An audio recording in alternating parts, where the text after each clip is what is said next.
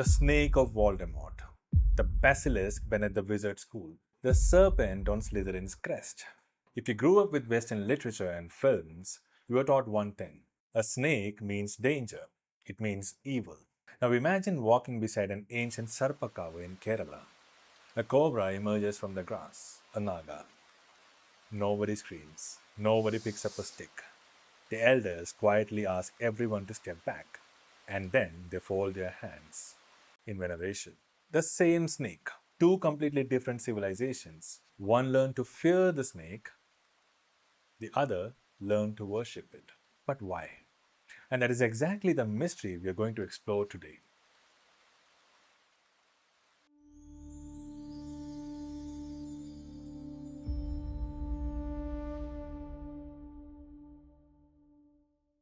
Namaskaram and welcome to Chaturya. I'm K. Harikumar, author and screenwriter, and today we begin a brand new series, a weekly series where we'll be talking about serpents, sarpas, nagas. And this series is adapted directly from my book, Naga, published by HarperCollins. And over the next few weeks leading up to Nag Panchami, we're going to understand exactly why Bharat learned to respect and worship the Nagas and sarpas. For your convenience, this episode is divided into simple chapters, so if you want to jump straight to a particular part of this episode, the timestamps are right there on your screen. And if you haven't subscribed to this channel yet, please take a moment to hit that subscribe button and turn on the bell icon for notifications. To understand the fear of serpents, we have to go back, long before modern cinema, long before printing press, because ancient cultures across the world were already deciding what the serpent meant. And in the cold, cold north, in Europe, the verdict was brutal. Norse legends speak of the Jörmungandr, the legendary world serpent. This creature grew so monstrously large that the deities vanished it into the deepest ocean. And there it grew until it circled the entire earth, gripping its own tail between its jaws. The old stories say its movement beneath the waves stirred up the most violent storms known to sailors. And the serpent became the sworn enemy of the thunder god Thor. Their final battle at Ragnarok, the Norse equivalent of the Pralaya, was not just two entities fighting, it was order itself fighting chaos. In ancient Egypt, again, you will find a very similar structural pattern wearing a different mask. The Egyptian sun god, called Ra, made his journey across the sky every single day and every single night. In the dark of the underworld, he was challenged by Apophis. And who was this Apophis? It was a monstrous serpent of chaos trying to stop the sun from rising again. And this is where it gets very interesting for us, because our own Indic records tell an almost identical story of Rahu, the one with half serpent body trying to swallow the sun god Surya, which causes eclipses. Even the tale of Indra and Vritra has a strong resemblance to Thor and Jörmungandr. Devaraja Indra faces Vritra, a colossal serpent who swallows the waters of the world and refuses to let them flow.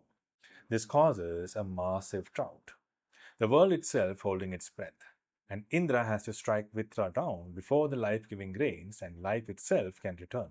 Three civilizations, three different deities, three serpents of chaos. This was not a coincidence. This was how the ancient world processed its deepest fear of disorder, giving it scales and a tail. In the biblical account found in the book of Genesis, the first humans reside in a lush green garden, the Garden of Eden. At the center of this cosmos stands one strict prohibition: they must not eat from the tree of knowledge of good and evil. The serpent approaches with a deceptive promise that the fruit will not bring death, but sovereign knowledge. The fruit is eaten, innocence is lost, and the serpent itself is cursed to crawl on its belly for the rest of its days. It is a small narrative on the surface, but it plants a seed that has grown for centuries. It sets the stage for what happens next. The serpent leaves the pages of an old scripture and slithers straight into modern pop culture, casting a long, permanent shadow of suspicion over the snake that persists in the Western literature, cinema, and modern global consciousness. Here's a historical fact that genuinely emerged while researching this book. The word Draco, you know it as the root of dragon. In Latin, it simply meant a great serpent, tracing back to the Greek word drakon, meaning quite literally the sharp-sighted one. That single root word went on an immense journey. In Romanian, it evolved into Dracul, meaning the devil, which is exactly where one of the most iconic villains gets his name, Dracula, the son of Draco. A name that carries serpent ancestry hiding in plain sight, right there in popular culture's most famous monster. And that same root resurfaces again, centuries later, in a boy wizard story. Harry Potter's rival is literally named Draco Malfoy. The connections don't stop there. Harry Potter's main villain, Voldemort. The evil Voldemort's closest companion is a serpent, explicitly named Nagini. And his own house, Slytherin, wears a serpent at its crest, defined by ambition, secrecy, and cunning. And if you want to go all the way to the edge of modern pop culture, conspiracy theorists have spent decades claiming that a hidden reptilian race secretly controls world governments, supposedly originating from the constellation named Draco. The same root word, same ancient suspicion, just dressed in a modern costume. And by the time all of this reaches a modern movie screen, the audience does not need to be told anything at all. Just a shadow or a tattoo of a snake or a hiss in the soundtrack, it's enough. Because the snake is portrayed as evil. If the rest of the world built an entire history of fear and evil around this creature, why does Hinduism honor the Nagas like Ananta and Vasuki even when there are mentions of evil serpents in some Puranas like Divya Naaga or Vritra? The answer lies in an old scripture called Sushruta Samhita, and it does something remarkably sophisticated. It refuses to lump every serpent or every snake into one general category. Instead, it splits them into two. The Divya, that is the divine and celestial serpents, and Bhauma, the ordinary earthly ones born of soil and capable of biting. The Divya Naaga are sovereign beings like Vasuki, Takshaka, and Ananta Shesha. Puranic accounts describe them as beings of such power that when enraged, their breath or even their gaze alone could scorch the world, burn it completely. Their venom, tradition says, is beyond any earthly cure. Meanwhile, the Bhauma Naagas are completely different. The Sushruta Samhita actually counts them 80 distinct types, sorted into 5 categories. These are the cobras and snakes that share our fields, our wells, and our courtyards. The real dangers and entirely of this earth. And it is how our ancestors treated these earthly cobras, the Nagas, that this tradition reveals something genuinely ahead of its time. They understood the danger completely, but instead of starting a campaign to derogate it to evil, they elevated it. Because they had also quietly noticed something else. The snakes, particularly the cobra, was protecting their harvest. Scientists studying Indian agriculture today have confirmed exactly what those old instincts were tracking.